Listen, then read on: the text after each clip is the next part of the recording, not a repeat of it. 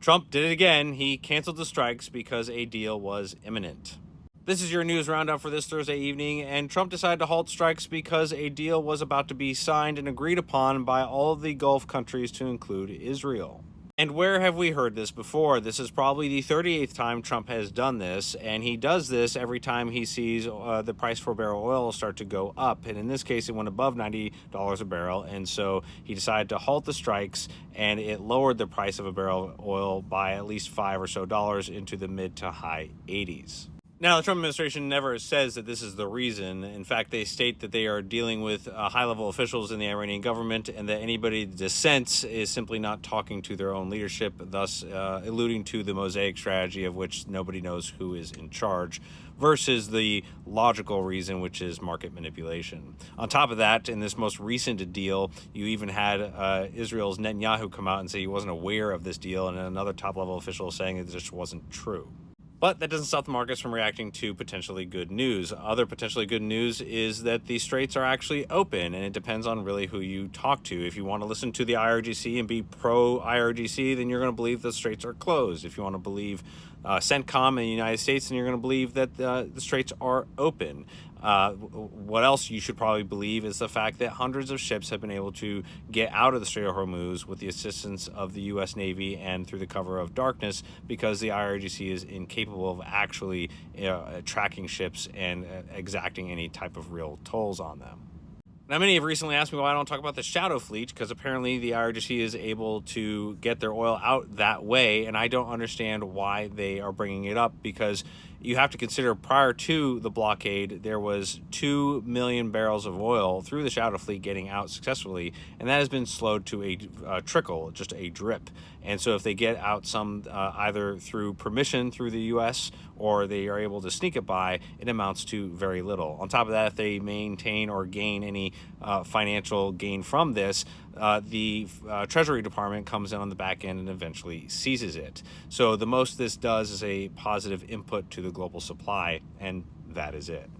During all this, a ship didn't get out through the blockade. As it tried to run the blockade, the U.S. military shot 2 Hellfire missiles into its engine room. Unfortunately, this led to 3 casualties, which were from India, and India called in the U.S. ambassador and demanded that we stop blocking commercial shipping. But again, they repeated by saying, well, commercial shipping is open, so there shouldn't be an issue so long as you're not violating any of the stipulations laid out for the blockade.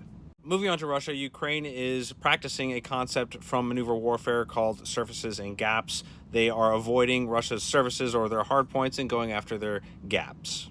And these gaps are weaknesses, and Russia's overall weakness is their lack of innovation, and Ukraine has plenty of it. And most recently, they launched a Flamingo into Russian airspace, and it flew deep into Russian territory, unabated, undeterred, and undetected, apparently, unless you caught it on video. But this isn't the first time that Russia's air defense system was lacking or non-existent. If you recall, back during Putin's Davos-type event that he held in St. Petersburg, I believe it was no more than a week ago, Ukraine was able to launch drones deep into Russia and strike the fuel depots in St. Petersburg, and there was no defensive capabilities other than a man with a rifle.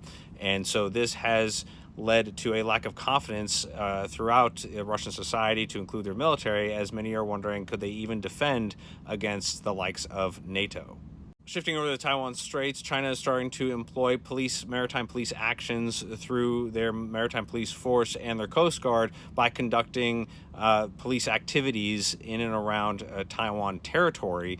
And so Taiwan is starting to actually consider utilizing their defensive capabilities to push China out of their own territory. And this is just an example of China emphasizing the use of their civil to military fusion, where everything from civilian all the way up to military is in support of one initiative, which is to go after Taiwan.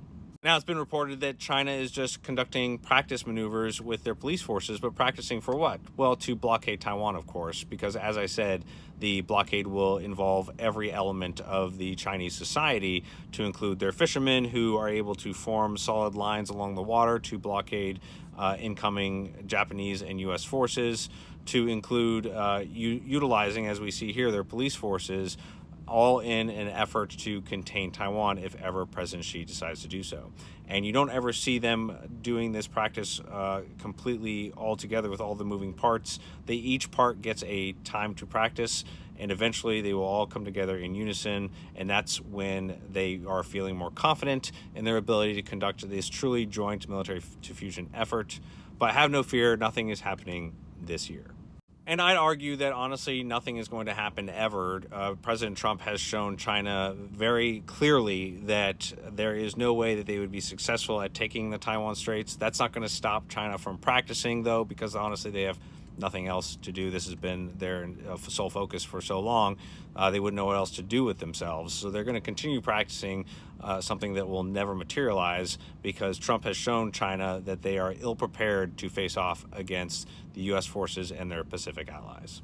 I'm the Intel Guy, and that has been your update for this Thursday. Let me know your thoughts on everything I spoke on in the comments, and let me know if there's anything I missed or anything else you want me to touch upon. Please remember to like, share, comment, follow, and have a good day.